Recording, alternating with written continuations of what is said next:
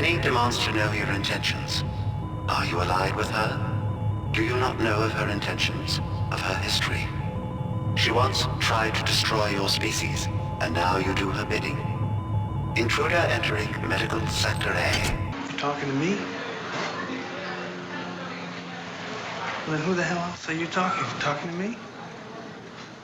Well, I'm the only one here. System Shock 2 is one of those titles that's very hard to describe to anyone, but one that once it clicks for you, grips you by its tentacles until you finish its campaign. And then you have to jump right back in and play it again completely differently. But for years, it's been kind of this niche title that only the hardcore, old-school PC gamers would talk about.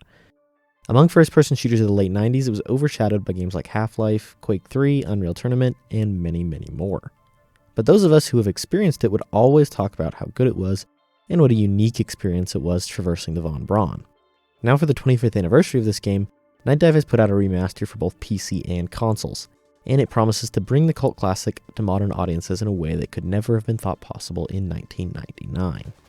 I first reviewed the original version of System Shock 2 a few years ago on my channel, and there I covered most of the history and development of the game. I will, however, review the major points as they will be important when talking about the remaster and how it came to be. System Shock 2 was developed by Irrational Games and Looking Glass Studios. The two studios wanted to make a game similar to the original System Shock released in 1994, but with role-playing mechanics and a heavier focus on story, so as to differentiate it from Doom and similar first-person shooter titles. It just so happened that Electronic Arts, who now owned Origin Systems and thus the System Shock IP, were interested in this project, as well as in publishing the title as a sequel to the original, and thus System Shock 2 was born. During development, the team used the same engine as the upcoming game titled Thief the Dark project that Looking Glass was working on so as to reduce cost and time of development. The issue was that this engine was not actually a completed engine like we might think of today, and was still undergoing refinement, and thus a lot of work was being done by both teams to refine and tweak it to suit what their product needed. The final result was that the Dark engine was not so much an engine we would think of like Unreal, Quake, or Gold Source, but more a messy shared code base that would prove difficult for future developers and modders to play with and modify going forward. After release, the game was well acclaimed, but it sold poorly. Eventually the rights were sold off, and it took the interest of one dedicated fan, Stephen Kick, to make the game available again for people to buy and play. And thus Night Dive was born, with the aim to both port and remaster PC games for modern audiences to play and enjoy. Because System Shock was not only a favorite of Kick's but also an IP that he eventually came to fully own, a lot of Night Dive's most ambitious projects have been within the franchise. A few years ago, they released their long-awaited ground-up remake of the first System Shock, which was generally well received. During the development of the System Shock 1 remake, Night Dive also announced they would be creating an enhanced version of System Shock 2, and that players who pre-ordered the remake would also receive it when it was released. However, when the release date came and went and the hype died down, people began to wonder if we would really see System Shock 2 crop up anytime soon. Behind the scenes, however, there was a lot of work being put in. Despite it seeming like a much easier project than remaking the first game, System Shock 2 proved a difficult beast to tackle. Night Dive developer Alex Lima talked a little bit about why this was. Quote, "The codebase is a complex amalgamation of various legacy libraries developed by Looking Glass, along with some more recent contributions from both Irrational Games and Looking Glass. There's virtually no consistent coding standard. As a result, we had to depend extensively on debugging and breakpoints to understand its functionality. Another major hurdle was getting the game onto consoles.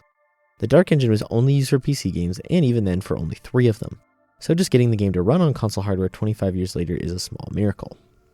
Beyond getting it to run, the interface was designed only with keyboard and mouse control schemes in mind, meaning a lot of work had to be done to make playing on a controller feel right. Night Dive dev Daniel Albano explains, System Shock 2 is first and foremost a PC-centric experience, so we had to ask ourselves, how do we keep the game as unaltered as we possibly can while trying to make the interface as controller-friendly as possible? Beyond fixing the codebase and making the game playable on consoles, one of the biggest hurdles was a feature often neglected from the original but still important to Night Dive, multiplayer. Multiplayer in System Shock 2 is a bit of an odd beast, but when Night Dive started work on this mode, they found the mode to actually be completely busted. Quote, "When we started on the multiplayer, it was completely non-functional," says Night Dive's developer Sam Piper. Years of neglect due to changes from both new Dark and community mods left it in a really dire state. Add to that any errors introduced during reverse engineering, plus the infamous bugs already present in the original game, and well, you get the picture. Close quote. The system to connect with other players was also based on decades-old internet protocols and long-deprecated Windows features, and thus had to be redone essentially from scratch. I personally have spent roughly 400 plus hours with the team, helping them across all of the platforms with troubleshooting and diagnosing issues, says Albano. System Shock 2 never stops being fun for me personally, so I was happy to chip in and do my part and help shape the overall experience.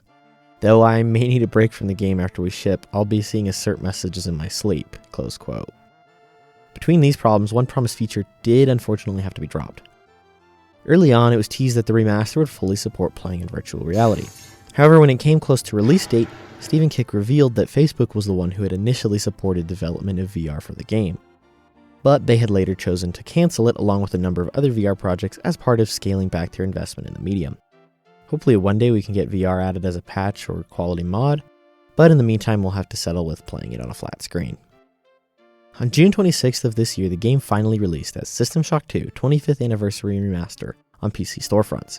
Kind of a mouthful of a title, but it lets you know exactly what to expect. It was released on consoles a few weeks later due to needing a bit more time to fix some lingering issues. So now that it's out and I've played it, let's see what Night Dive's been working on this whole time. Upon booting up the game, you see your fairly standard studio and engine splash screens, and then get dropped onto the main menu screen. There isn't that much different from the original here, but a cool addition is an option called the Vault. The Vault is sort of a treasure trove of all sorts of development, promotional, and cut material for the original game. There's a ton of cool stuff here, including concept art, official guides, development screenshots, trailers, interviews, and more. Definitely is something that's worth checking out. Everything else is fairly standard, though the credits have been modified from the original version. I'll show the credits at the end of the video, however. When you start a new game, you can select between one of 4 difficulty modes, and can even select from installed mods. There will be some enabled already, which I would leave alone, as these ones are a large chunk of what makes up the remaster. The remaster itself is a combination of existing work from the community with an engine port and additional fixes by Night Dive Studios, with support for future community mods which you'll be able to install yourself. Upon hitting play, you're treated to a high-fidelity upgrade of the original cutscene. Look at you, hacker. A pathetic creature of meat and bone, panting and sweating as you run through my corridors. How can you challenge a perfect, immortal machine?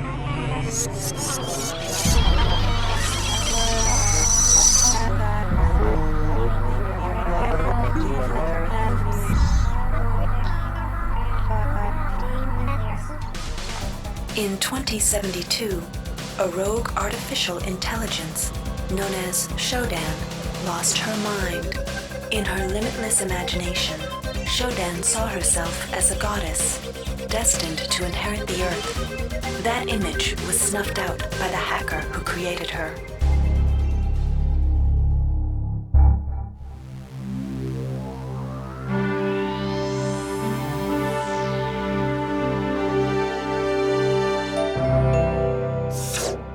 February 3rd is the day the magic happens. The Von Braun, the first starship in history capable of traveling at faster than light speed, will undertake her maiden voyage. This incredible journey is the result of teamwork between the UNN Protectorate and the incredible scientific minds at the newly relicensed Tri-Optimum Corporation. Imagine being able to travel to distant star systems in a period of weeks. It's all part of Tri-Op's commitment to the future. The Von Braun is packed with over 1.8 billion flight, scientific, and security systems, nearly all developed by Tri-Optimum and its wholly owned subsidiaries. Providing security for the Von Braun as she plows through the heavens will be the UNN Rickenbacker. At her helm will be no less than Captain William Bedford Diego himself, hero of the Battle of Boston Harbor during the Eastern States Police action. This incredible union of government and corporation is made possible by an intricate series of docking mechanisms that will allow the Rickenbacker to piggyback its way into jump space. Sleek, fast, revolutionary. Who knows what wonders await our crews in the bosom of the cosmos? All we do know is that it's a great day for mankind.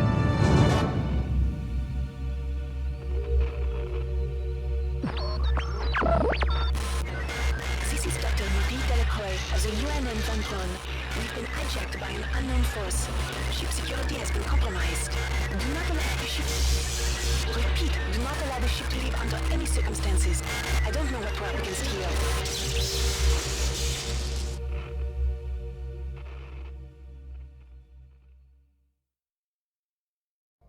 Not only have the intro and all other cutscenes been remade from scratch for high definition and widescreen, but a nice addition is that of dialogue subtitles, as well as the option to turn on captions for just about everything. better accessibility is definitely a huge plus of remastering this game to me. The game dumps you into its standard recruitment tutorial area, but even here with assets that will only be used and seen once, there's a notable improvement in graphical fidelity. Human characters no longer have 8 polygons on their head, signs of vehicles look much better, and things like posters and screens have actual readability. This is a trend that continues into the main game, as everything has been brought to a higher graphical standard while maintaining the style and theming of the original game. Even throughout the training section, there are major noticeable improvements. The animations where you pick your branch of the military are no longer GIF quality both in pixelation and frame rate, but now look like smooth rotation of high quality emblems. There are also some added or replaced voice lines here and there that help immerse you into the idea of training yourself up in your specialization. One big change that was made here was the Navy or Technical tutorial. In the original System Shock tutorial, this tutorial just simply showed what nanites were, how to hack a door, and how to use the replicators. And then it was over. For the remaster, however, they added a whole section explaining how the security cameras work and how to navigate them. Not a massive change, but it is very nice to be able to get to know the system in a more relaxed environment instead of just discovering the consequences of a security alert in real time. Other than that, this section progresses about the same. You choose what post you want to be sent to, which in turn affects your starting stats. Each time you do this, you get a small cutscene, all nicely remade in HD from the originals.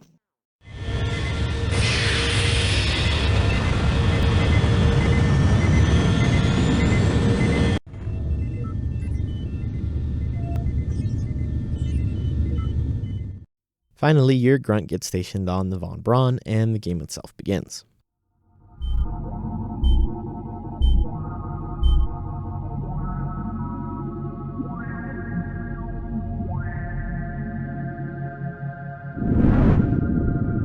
Shuttle A138, you have clearance for landing on the Von Braun in Shuttle Bay 2. Welcome aboard, soldier.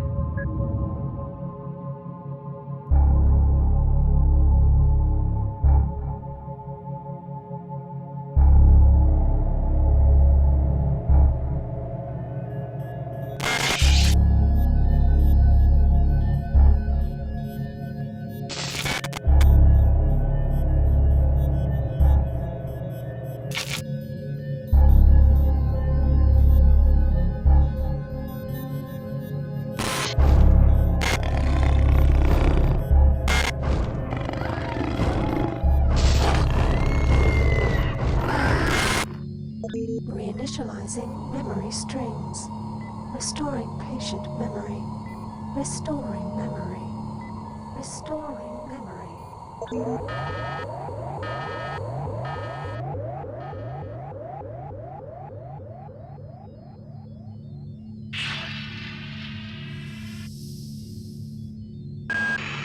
Steady yourself, soldier. This is Dr. Janice Polito of the Computer Ops staff of the Von Braun. You're safe for the time being. You're recovering from the effects of surgery and will be unable to remember any of the events of the last few weeks. You're on board the starship Von Braun and something's gone very, very wrong. Some kind of force has hijacked this ship. That's why you volunteered to be implanted with some experimental cybernetic implants. Rely on your cyber interface. It just might save your life. You must find an elevator and come up to Deck 4 to meet me. Deck 4. Can you remember that? But keep your eyes open. They're after us both now.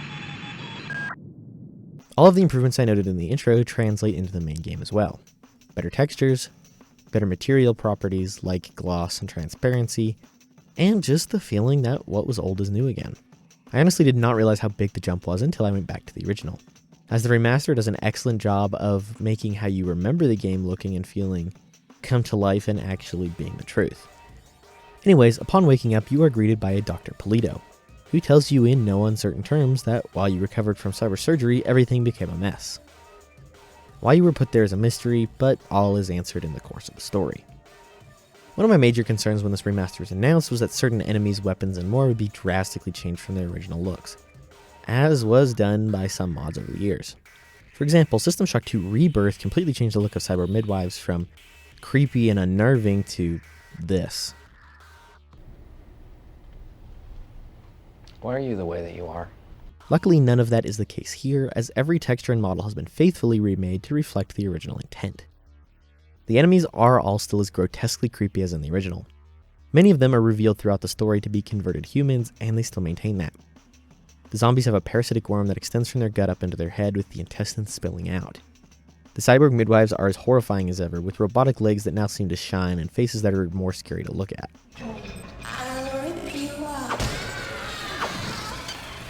And the horror expands to the robotic enemies, who are just as destructive and horrifying as before.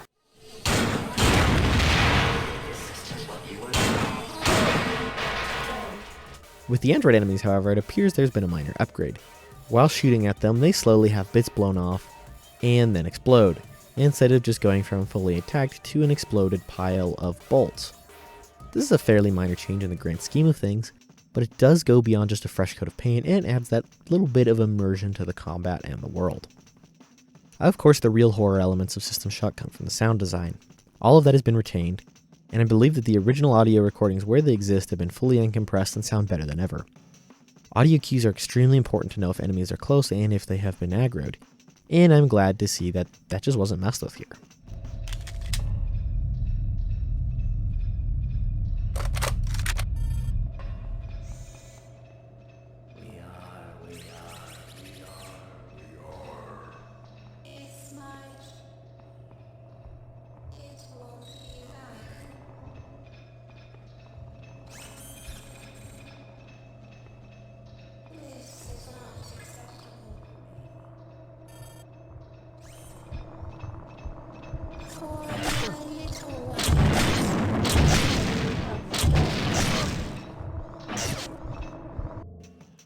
The body horror implied by the dehumanized enemy dialogue was groundbreaking at the time and still hits today. And I don't think there's a game that's leaned into it as well as this outside of maybe Half-Life 2 with the headcrab zombies.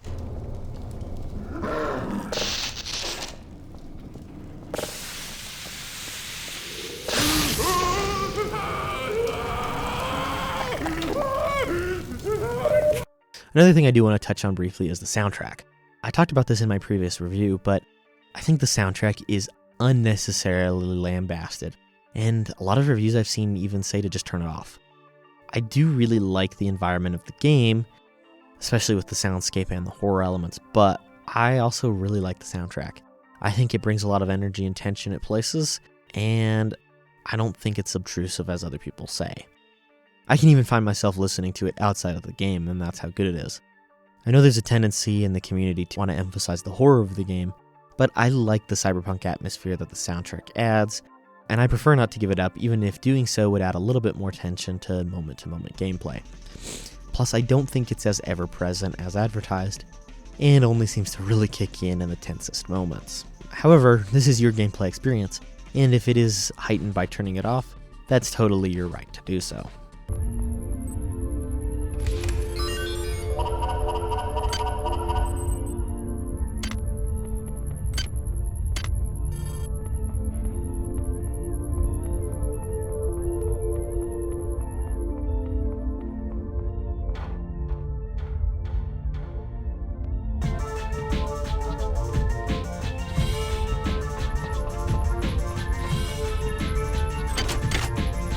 There have also been some major graphical fixes in a few places. The most notable to me being the elimination of Z-fighting on textures of doors on the engineering deck. If you don't know what Z-fighting is, it's when two textures or objects have faces that line up almost exactly, and they appear to glitch through each other as you move because your graphics card can't really tell which one should be in front of the other. There were many instances of this in the original game, and as far as I can tell, they've all been fixed. Also, I'm unsure if this is simply due to higher fidelity textures or if actual bump and normal maps have been used, but even flat objects like the aforementioned engineering doors appear to have much more depth and texture, which just does a great job immersing me deeper into this world. Of course, one of the most notable upgrades is that text all over the game is much sharper and in many cases now readable on signs and screens throughout the Von Braun. This extends to the UI, which I didn't realize how blurry the original looked on a modern display until I went back to it for some footage. Although perfectly playable before, it no longer looks like the old pixelated UI just blown up to a modern resolution, and instead it looks like it's been properly scaled and designed for modern displays. There are some other spots where objects look much more real, including these door handles. Before they were basically just a flat polygon with a texture that evoked that you could grab it, but the model here has been improved by making it actually have holes, so it looks like a real lever you can stick your hand through and have your fingers on the other side. Individually, these small changes are nothing groundbreaking, but put together the Von Braun comes to life just that bit more, improving my immersion as I run panting and sweating through its corridors. You can also notice at times that the lighting seems to be much improved. Though still pre-baked and not something on the level of fully ray-traced, there is tons of atmospheric lighting throughout that helps heighten the tension or reinforce the unique environment of certain decks. And what was there in the original has been respected and improved to make a more fully modern experience. The user interface stays mostly the same, however. The interface was a massive step up in usability and simplicity from the original System Shock, but I can see how the dragging and dropping that is required at many points would be very cumbersome using a controller. It doesn't help that whenever you pull up the interface, the game doesn't pause, so having to drag and drop things quickly could be really difficult and make the game even more difficult than it already is on a console. I have yet to play the game on a console, but I suspect that Night Dive did their best to make it navigable without too many clicks. There are a few times that the number of clicks have been noticeably reduced. For example, at the beginning of the game you will need to charge a battery and put it into a slot in order to open up a door. In the original, this required you to pick it up, use the charger, then drag it from your inventory onto the slot in the real world to put it in its place. In the remaster, however, you can simply click the slot once the battery is charged and it will automatically be placed in there, eliminating the need to go back to your inventory and drag it out. This is just one of many examples of things that would have made it more friendly for consoles, but also makes it a more streamlined experience for PC players. One thing I wish they would have done was make the auto map a little bit more detailed and enable the mini-map by default. Although the map is vital and you can take custom notes on it, it would be nice to have some more common areas like upgrade stations marked on there once you discover them. There are tons of small changes like this that no one should really be offended by, but just help to make things a little simpler. There's still tons of tension when your weapon breaks and you have to repair it while being chased by an assassin, or when you set off a security alarm and have to run back to the computer to turn it off. So despite the simplification of parts of the user experience, there is still that element of suspense that is integral to the game. Another thing to note that new players may miss is that there is a checklist of things to do that you can find buried in the interface. The audio logs will tell you everything you need to do and either directly give you door codes or tell you where to find them. Alright, calm down already. The access code to the conduit is 12451. I've got an autopsy at 16:30, but let's grab a beer on the recreation deck afterwards. Sound good? But this is kind of a style of gameplay that a lot of people aren't familiar with and may find difficult to follow. However, a lot of the progress you make is noted on this checklist, and you can use it to refer back to for what you need to do next if you stepped away from the game for a few days, weeks, or months. Another thing I mentioned previously is navigational markers. Enabling the minimap is the first thing I do on any System Shock playthrough, but another thing that's kind of buried is that you can click on the map and write a navigational marker. This is especially useful because your inventory is limited, and if there's a gun that you find that you can't use or just don't have the ammo for, you can drop it and mark it and come back later. You can also use it to map points of interest that aren't automatically mapped in the interface, such as cyborg module stations, replicators, and more. Another great new player-friendly feature, on the interface you can find a question mark that, dragged onto any object or item, will tell you its purpose and function. And I'm pretty sure it does the same thing for most of the interface buttons as well. It's a really helpful way to figure out what you're looking at and what you're doing. Of course, some items are not immediately obvious what they're for, and this is where research comes in. Research is a vital skill in the game to the point that if you don't invest in it, Dr. Polito will give you some nodes in order to do so. You will need to research certain substances in order to use them, but you can also grab bits of defeated enemies and research them in order to get a permanent damage boost. However, researching isn't just as simple as clicking on it and waiting. You need to use certain chemicals in order to research a given object. These chemicals are found in chemical storerooms on each floor of the ship. However, each chemical takes a valuable spot in your inventory, and not each room has every chemical. So you will need to refer back to the storeroom manifests and maybe backtrack a few floors in order to do research sometimes. This sort of leans into the structure of the game, which I really noticed playing System Shock 1 and in replaying System Shock 2. These games are less like a traditional RPG, and more built like an almost Metroidvania. There's a lot of backtracking involved, whether it's a new ability, a new code unlocked, or you need to go push a button in order to detonate the ship's reactor. Overall, you'll get very familiar with the Von Braun from top to bottom, and it's almost crushing when you get to a point where you can't access the areas before. Luckily, the game does warn you pretty explicitly that there will be a point of no return, so when you get there, make sure to backtrack to whatever you need to get supplies, ammo, and whatever else. Another common pitfall that I noticed is being low on nanites. I don't think it's especially difficult to get tons of nanites, but if you spend them on replicators on ammo, it would be easy to burn through them really quickly. There is one item that makes nanite acquisition much easier, and that is the recycler. Using the recycler, you can take just about any junk item that doesn't seem to have any other purpose and turn it into a nanite or a few nanites. You can also recycle things such as ammo, which, while not generally recommended, can be useful in a pinch, and especially if you find ammo for a weapon that you have no intention or chance of using anytime soon. This is just one of many strategies you can use to get out of a pinch. Overall, System Shock 2 is a game that encourages experimentation. The immersive sim genre itself is kind of in a poor state, even though there have been games such as BioShock and Prey that have attempted to revive it. However, there has been pushes in other genres in order to bring some of these elements in. Especially the latest two main entries of the Zelda series, Breath of the Wild and Tears of the Kingdom, encourage this kind of experimentation by combining abilities and just trying to throw things at the wall and see what sticks.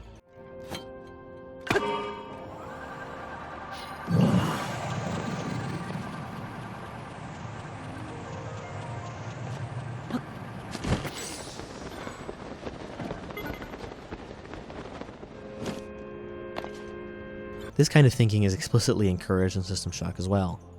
Any situation you see can be encountered a number of different ways. Take, for example, a simple security camera. There is a psi ability that allows you to disable them, or you can shoot them, or you can sneak up behind them and whack them with a hammer. Or you can go to the security computer and hack it to take down the system in order to disable all the security cameras for a while. The myriad of enemies can be taken care of in a different way too, whether that be psi abilities, grenades, or even hand-to-hand combat. Anytime you have a thought, you always have the option to quick save, try it, and manually reload if it doesn't work. And of course, death and regeneration is always an option too, but if you want to preserve that ammo that you just wasted, reloading is always an option, and it's really not the coward's way out in this case. Speaking of weapons, beyond just higher fidelity textures and models, everything about weapons is more believable and immersive. Some of them are minor changes, such as the psi-amp now jiggling in your arm as you move it, and some are more major, such as whole new animations. Lots of the weapons that were seemingly one-handed are two-handed now, such as the pistol and shotgun, which, while changing nothing about the gameplay, is a bit more immersive.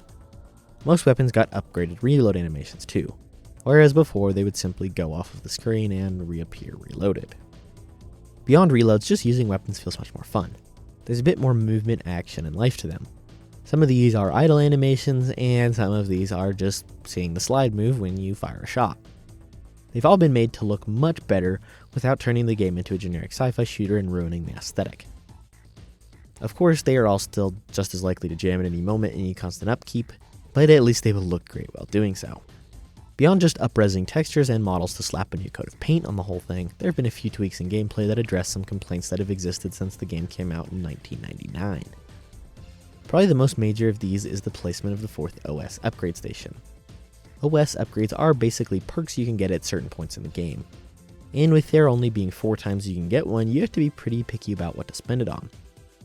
The problem was, in the original game, the very last one was placed in a spot about 30 seconds before the final fight, meaning it was basically useless and you effectively only got 3 throughout the game. For the remaster, however, this has been moved to a section a few hours earlier in the campaign, meaning that you can still get a meaningful boost out of that 4th upgrade. Additionally, most of the OS upgrades have been rebalanced a bit, and when I say rebalanced, I think I mean boosted. A major example of this is the Naturally Able upgrade. In the original version, it gave you a one-time bonus of 8 cyber enhancement units, basically points that you can use to upgrade your stats and abilities. However, in the new version, this has been boosted all the way up to 20 cyber upgrade modules. Another example is Pharmo Friendly, which in the original just gave you an extra 20% benefit from all hypos, meaning if you used a healing hypo and it healed you 10 points, it would now heal you 12 points. However, in the remaster, healing items also heal you 20% faster with Pharmo Friendly, so now it will take you 8 seconds instead of 10 seconds to heal up. I don't know if these rebalances are a good or a bad thing, but if they make the game just slightly easier for new players, I think it's probably worth it. Also, in my experience, none of them seemed quite outright busted, and the game is still fairly difficult.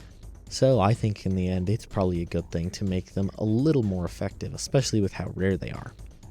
I don't know if this is based in fact, as I didn't do a thorough check, but it does feel like the cyber module stations where you increase your stats and abilities have been added to a few more locations to avoid a massive runback in order to spend your modules. This just is one of those things that is pretty inoffensive, but will make the experience less frustrating for newbies. I'm sure there are purists who find the experience has been downgraded a little bit, but in the end it's just saving you a few minutes of runback that ultimately just degrade from the experience. Another impressive change is a bit of a spoiler, so if you want to avoid it and go into the game fully unspoiled, feel free to skip ahead to the timestamp shown on screen. The big twist in the game comes about a third of the way into the campaign.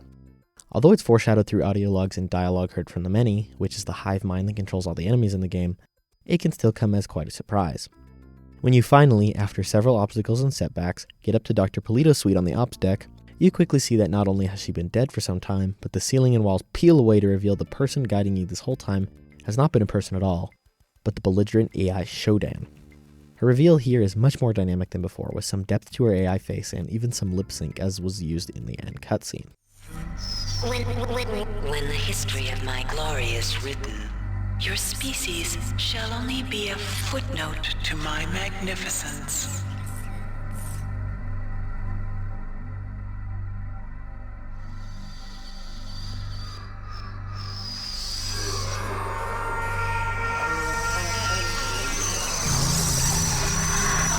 Shodan. My analysis of historical data suggests a 97.34% probability that you are aware of my birth on your planet and my rebirth into beauty on Citadel Station. There was a garden grove on Citadel Station. There, Shodan processing component 43893 was performing a grand and wonderful experiment. I had created a new form of life. Fearless, powerful, with no sense of individual will or moral constraints, fitting handmaidens to my divinity. I'm glad they avoided the temptation to replace all of the environments and enemies shown in her monologue with ones from the System Shock 1 remake.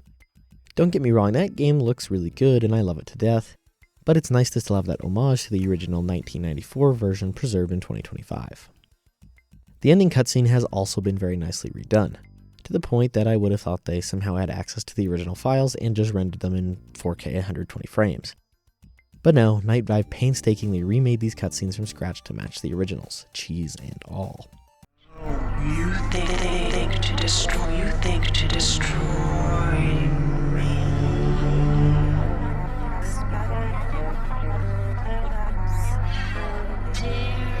How dare you, insect? How dare you interrupt My ascendance. You are nothing. a wretched bag of flesh What are you compared to my magnificence? But it is Not too late. Can you not see the value in our friendship? Imagine the powers I can give to you, human. The cybernetic implants I gave you were simply toys. If I desired, I could improve you, transform you into something more efficient. Join me, human, and we can rule. Together. Nah.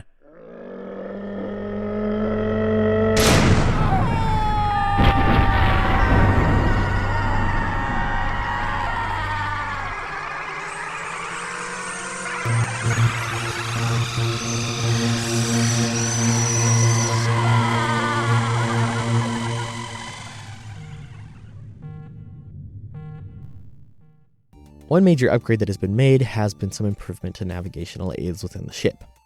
In the original game, it was really easy to get lost, especially on one particular floor, the engineering deck. When you first drop down into the engineering deck, you are in this kind of maze that is really hard to figure out where you're going, even with signs. And then eventually you get over to the cargo bays that it can be really hard to tell which one you're in and where you need to go. Here, however, they've slapped some navigational signs on the floor, which, instead of being immersion breaking, I think actually helps the immersion. As if you were working on this ship in real life, it would be really helpful to have signs to let you know where you were going. I also believe there are a few rooms and areas that were added that weren't in the original game. I don't know exactly where they all are for sure, but I did notice one or two areas that I hadn't seen before. It's possible that I just missed them in my several playthroughs of the original version, but I have seen some other reviewers and people talk about it online, so I don't think I'm the only one who noticed this. I do have one minor complaint, however, and this may also apply to the original, but I definitely felt like I noticed it more in the remaster. There are a few points in the game where you need to climb ladders and sometimes jump across from one ladder to another in order to progress. I did feel on this playthrough that there was some points where the ladders were kind of hard to mount and dismount. I don't know if this was a change that was made for the remaster or if it was present in the original, but I felt like the ladders were just a little sticky and could make it hard to navigate some of these sections. One major example of this is in the last few floors of the UNN ship Rickenbacker. There's a large ladder section here where you need to jump across from one to another, and I just felt like it was tougher than it should have been. It's possible that this ladder flaw was also an issue in the original and with the Dark Engine, as I haven't played the original version in quite a few years from start to finish, and I'm just mixing it up with games that did ladder mechanics better. However, it is something to note that it can be a bit annoying and tough to complete these sections where ladder navigation is necessary. Overall, despite all the changes, System Shock 2 at its core remains the same game. You progress from area to area not knowing what horrible creatures, monsters, and robots may wait around the next corner, and being constantly terrified that your guns may jam and you may be stuck up a creek without a paddle. There's really nothing like it out there, especially with the interesting combo of RPG mechanics and first-person shooters. There's other games that have attempted to combine these things, but I don't think any has done it as effortlessly and as well as System Shock. And this game won't hold your hand either. Even though I think the number of cyborg modules you have been given has been boosted and thus the number of skill points you can invest in, it still never seems like enough. At every moment of time you run into a new weapon that you wish you had points for, or you wish you had just done your build completely differently to use different abilities. There's not really any way to be a generalist in this game, and so it kind of leans into that old school RPG approach more. Modern RPG gamers may be used to playing something like Skyrim where you start as a certain build, and by the end of the game you can do everything perfectly and flawlessly. And that's a valid approach, but I think there's also validity to the approach of having to be forced to reconcile with a certain playstyle. And funnily enough, the game almost kind of punishes you for it. You'll start off with a psi build, and realize you don't even have the necessary skill points to fire a basic pistol. So you invest some points into pistol, and then you realize you should have spent them on exotic weapons instead later in the game when those become more abundant. It especially drives you to do multiple playthroughs with different playstyles and to try to optimize your runs. However, I never found it so punishing and unfair that you couldn't take your build and use it to get to the end of the game. There are certain old school RPGs where if you screw your build up, you have to start over. The original Fallout might be an example of this, where if you choose to go with a low AP build, it's going to be really difficult for you to survive encounters, especially as the enemies get tougher. However, because there is that FPS rule to it, you can always compensate with low skills with some better of your own skills. If all else fails, you can beat everything over the head with a wrench. One of the other things that makes this game less punishing is properly using the revitalization stations. Many first-person shooters have a checkpoint system where if you die, you're reverted to the checkpoint. Or even if you can save anywhere, death is still a semi-permanent thing which causes you to reload. The System Shock franchise treats death very differently, where death is just sort of a temporary setback, and hitting it will not cause you to lose all your progress, as long as you have activated one of these stations in the relevant area. Hitting a station causes you to use up some nanites, which is the currency needed for things such as buying ammo, healing patches, and more, but the cost of 5 nanites per regeneration is low enough that you won't really need to worry about running out as long as you're careful. The nice part about this is if an enemy seems too strong to beat, you can always beat on it with your wrench, let it kill you, respawn and beat on it some more, as it will maintain any damage taken. Eventually on higher floors this ability is taken away from you, so if you use it as a crutch for too long, you will be pretty blindsided by it. But while you're still in the early stages of the game figuring out mechanics, it's a great assist in helping you not feel frustrated and like you can't progress at all.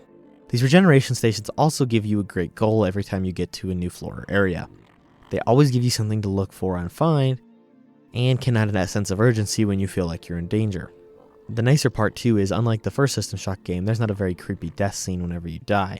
So with or without the regeneration stations, death feels less punishing. You know, you are by far the most bothersome human being.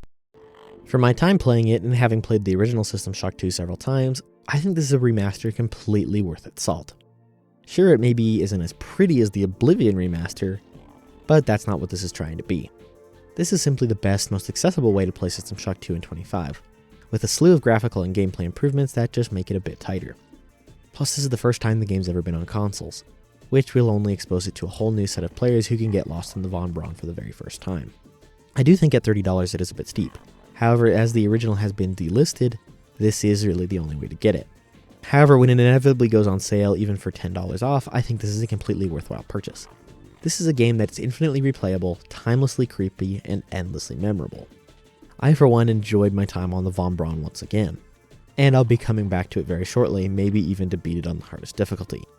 I can't see myself going back to play the original version anytime soon, unless it's to play it on my Windows 98 machine on a CRT for some nostalgia factor. Overall, I think this remaster was a completely worthy effort and will help to push this game to be replayable for the next 25 years or longer. Just the fact that it would be ported to new consoles and for new audience would make it a worthwhile port, but the fact that it's been lovingly remastered with new textures, new models, new animations, and a few other things that make the gameplay experience just that much easier, that much tighter, makes it a worthwhile purchase in my book. I want to thank you all so much for tuning into and watching through my short review today. This video is a bit shorter than my typical videos, but since I already covered the original version a few years back, I thought I could be a bit more brief and cover just what's been changed and improved. I hope you enjoyed it, and if you did, be sure to like, subscribe, and share it with other people who might be interested. Most of all, however, I hope you all have a wonderful rest of your day.